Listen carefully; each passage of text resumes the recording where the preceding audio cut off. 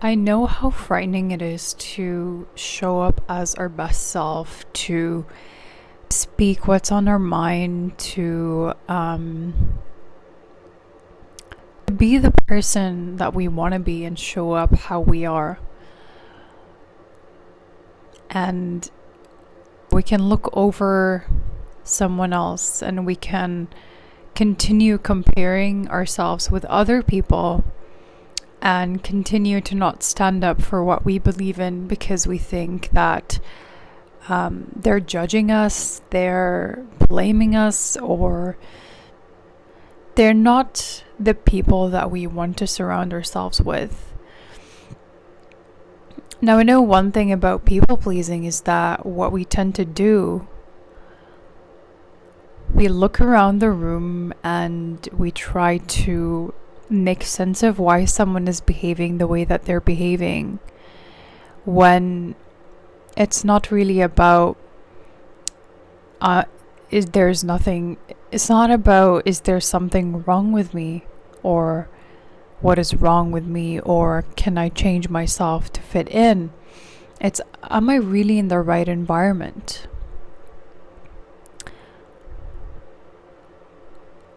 I guess so many people in the world don't really think how their environment and the people they're surrounded by can really impact their energy and impact the way that you live your world. You live your life based on your terms.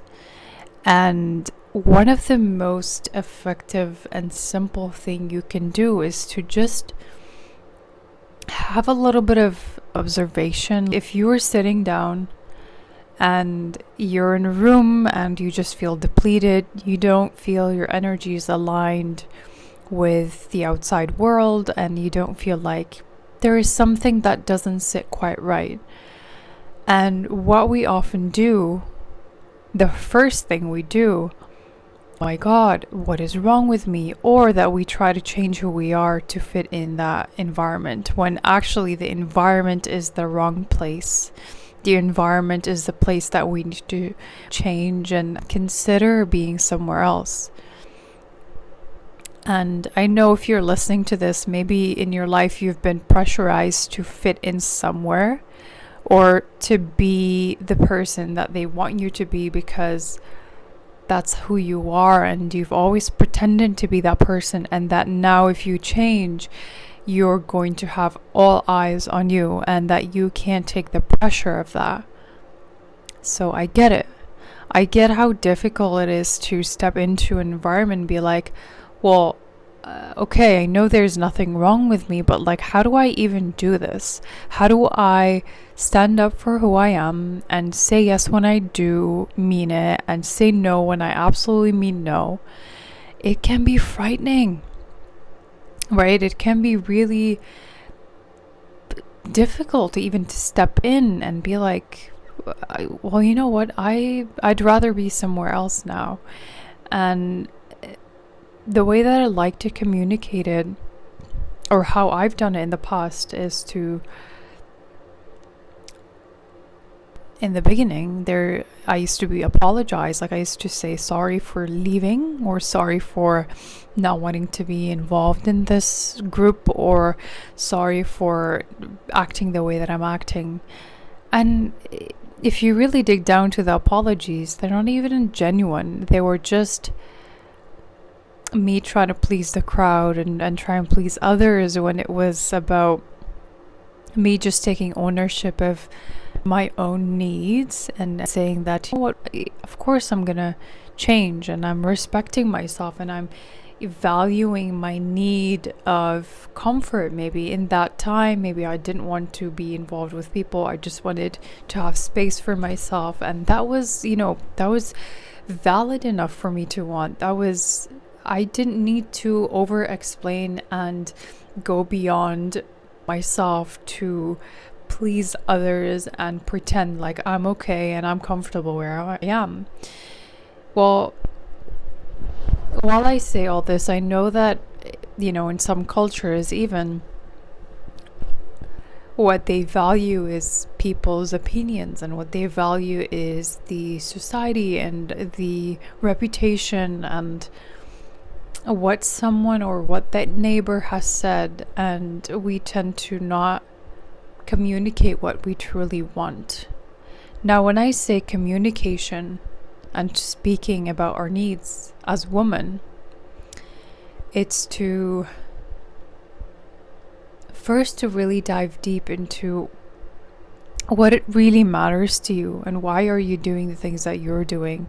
If you're in a bad relationship and you may not even know it, but the signs of it clearly tells you that you're just tiptoeing around that relationship so that you're not alone, or you just pretend everything is okay, you never talk about it, you don't feel comfortable in your body, your nervous system is not regulated, you feel agitation, you feel like you are just settling for breadcrumbs when you really need to step forward and ask for what you need. And to be able to ask for what we need, to higher our standards, to really ask for what we're worth of.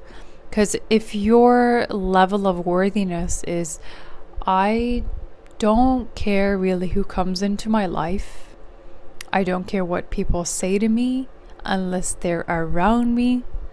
I don't know, does that sound familiar? Because I used to be that person who is tiptoeing around people just to have them around. I would stay for as much as needed to just have that person, that figure be there in my life, and I wouldn't really consider my needs and what is really that person bringing into my relationship. And my personality is like, I thrive and I love when I'm providing, when I am constantly in care mode, if that's even a word. I like to care, I like to nurture. I'm that type of let's have a cup of tea and just have that comfort, and maybe let's have sit together on the bed, just chat, just have a conversation, right? And have that environment where I'm connected deeply to someone.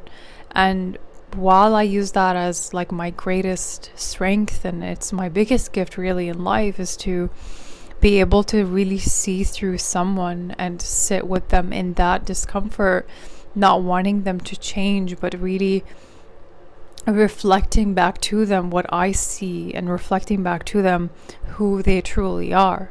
So our ability to sit with someone and really have that empathy see into me is to first drop down all the shields, have a non-judgment space of, it's okay if you have a different opinion, but I'm not going to hate you for that. Right? So how can you use your own voice to communicate that? And this is what I teach all the women that I work with. If you're not willing to settle for it, then you are doing exactly that now. And we want to know the reasons why you're doing it. What's the core of it? And most of it is, I don't feel worthy. I don't feel understood. I don't feel seen. And I don't feel valued. And my next question to them is then why would you settle for that? Why would you stay there? Well, because they're going to be there. I won't be alone. Or things like that. And I'm like, well, would you rather than be losing yourself and really in that relationship, but you're still by yourself anyways? If you're not truly connected with someone, and if you don't resonate with them, right? If you are there just for the sake of them, just for them to fill a space, that is you losing who you are as well. So it's, which fear is greater, the fear of losing yourself or the fear of losing someone? Now, I know these things might sound very philosophical, very psychological, maybe even spiritual, but I like to look at that as the relationships we go into are extension of who we are. It's not really who the person is. When we get into a relationship with someone, it's not really about just an individual perspective. It's What are we both intertwining in together? What are we both, weaving in together? What are we both having? What line do we both connect to or connect with, that we're able to foster this relationship, or that I'm able to nurture this relationship? And while I don't want to go in depth into the relationships topic, because that can be a whole another video, and I like to keep this more specific to feeling safe and really voicing ourselves, and to really have this depth, because how many times in my life I would not say what is on my mind, and I would just let the fear run the show. Like, I would speak from the fear, so the fear would communicate instead of what I truly felt, what was really in my heart. So let's say that I was in a conversation and like I didn't feel valued, or I didn't feel worthy to be heard for what I have to say. The minute that you don't value what you say, someone else would really sense that, and they actually reflect back to you exactly what you felt about yourself, or what you felt about, your own value and who you are. So you really want to be mindful of, what are you nurturing yourself every single day? What are you speaking about yourself to yourself? And would opinion of others matter to you? And again, that's another whole subject that I could go on and on and on about. So it's really not trading our authenticity with anything else. And I think throughout my life, becoming a master of leading with authenticity, being naturally who I am, and I'm not afraid. And I'm not like, I'm afraid that I would trust this person and they do that. Well, I know myself enough to not really step into those environments, and to not let those things happen in the first place. Sure, there might be times in your life where you can't really read the room. You would be maybe so, in touch with them, and so like into the conversation, or you lose track of all of that, right? But because I'm very in tune and really in tune to the energy and to the person I'm talking with, I'm present with the person. Sometimes I'm not, just depending on if I'm stressed and if I'm meeting someone. But if I'm in a state of presence with someone, I was able to, reciprocate that, right? Like, I'm able to give back what that person is telling me, or just have that bouncing effect, right? So where in your life you've been playing small, that you only are invested so much in people, but they're not really reciprocating that same energy, that same value that you bring to the relationship. And how can you lean more into speaking up and standing up for So how can you lead more into speaking up and standing up for yourself without feeling that shame, that guilt that comes with it? And the only time that you really feel the guilt and shame is when you are putting other people first, when you're putting people first, right? When you're valuing people more than yourself, and you're putting their worth above yours, and you're kind of going about life trying to see, what is my friend doing? Is it how can I do more of that? And you start to maybe compare yourself, and kills this around this cycle, which you really don't want. So the best way to really come out of this, and to really nurture yourself, to really love yourself fully and wholly, is to first ask, like, what are parts of me that I'm hiding, that I wish I explored more of it, that I wish that I accepted more of it, that I wish that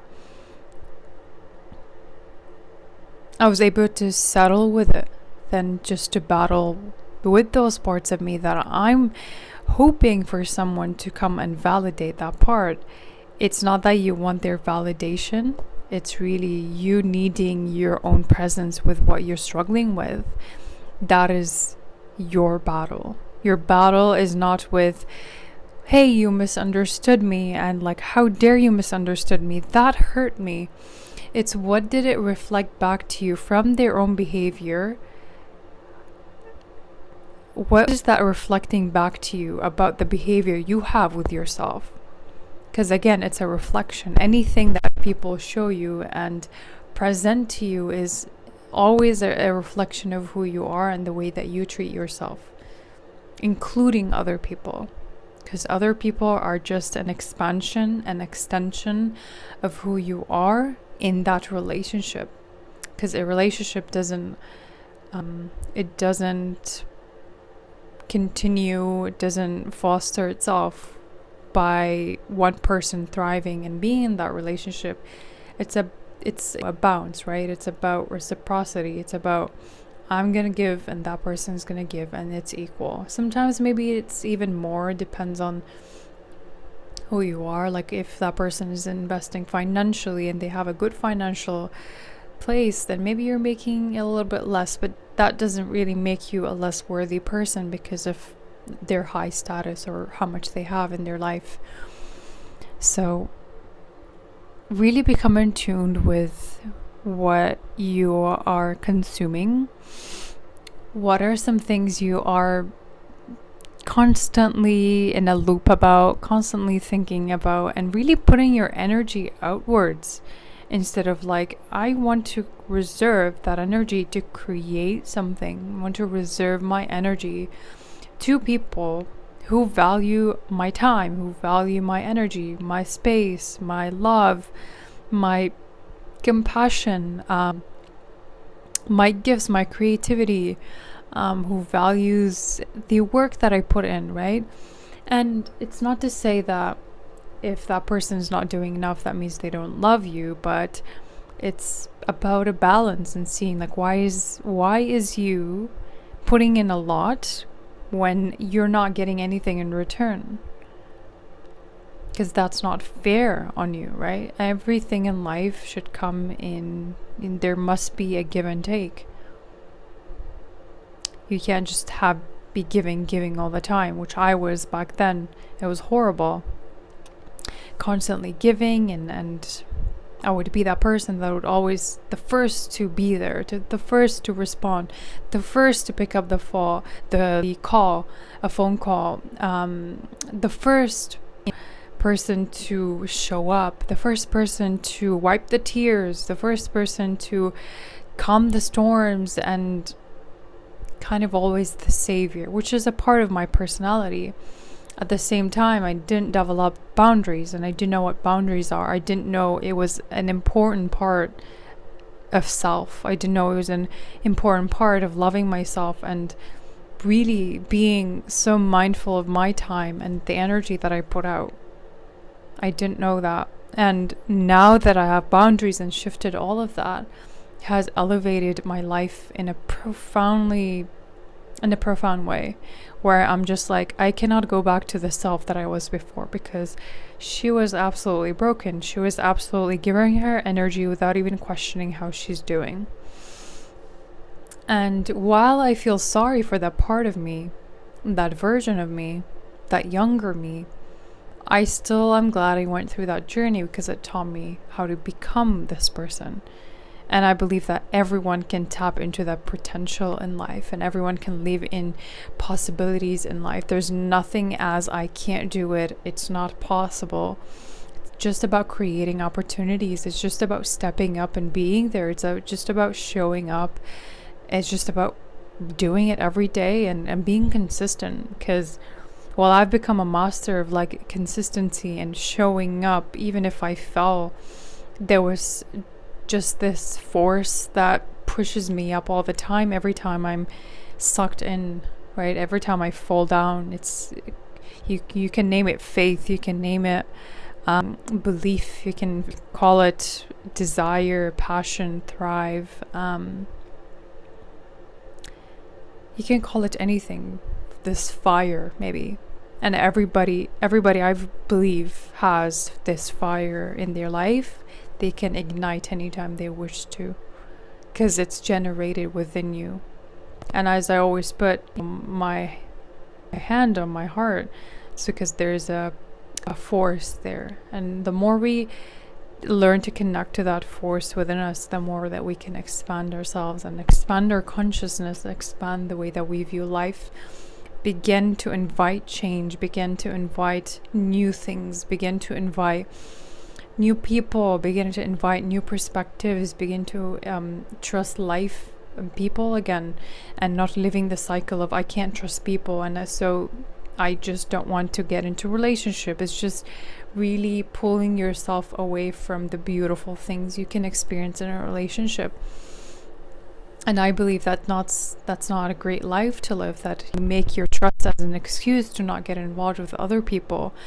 Or maybe besides relationships, how can I get more involved in life and don't carry so much stress from work, and be passionate about something more than the paycheck, and be passionate about something that really fuels me and invites this, like I said, this energy force, this feeling within you that it's like a fountain, almost like if you imagine it in front of you, it's like sparkling, it's like fountain with the waters like kind of, sprinkling everywhere. It's like that vision is what you want to hold on to, not the compressed version of who you are, but you want to be this expansion version of who you are that has many branches, and it's not reliant on a paycheck, it's not reliant on a relationship, and it's not defined by what you do and who you were before. You can always have that space in you to forgive, to allow, and life from a different angle, from a different space of love, from a different angle of acceptance, and looking beyond your own limits and your beliefs about who you are and who you came here to be. Because the more you hold on to your old identity and past versions, you can't really grow and you cannot really come out of it, no matter what you do. But I'm a true believer in change. Personally, yes, I've experienced that in myself, and I've experienced that in the people that I touch, in the people that I have changed lives, that have worked with me to change their life, and seeing that grow and seeing them evolve into the version of them that they never thought was possible.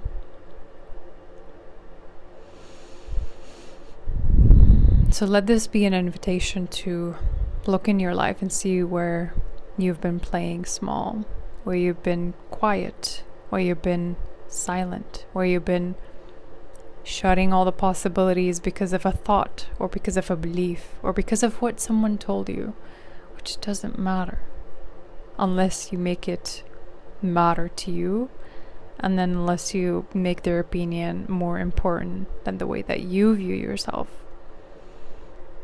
Anyways, my loves, I hope this was helpful. Let me know in the comments. I do read every single comment with intentionality. I really love connecting with everyone all over the world, and I like to see some new faces as well.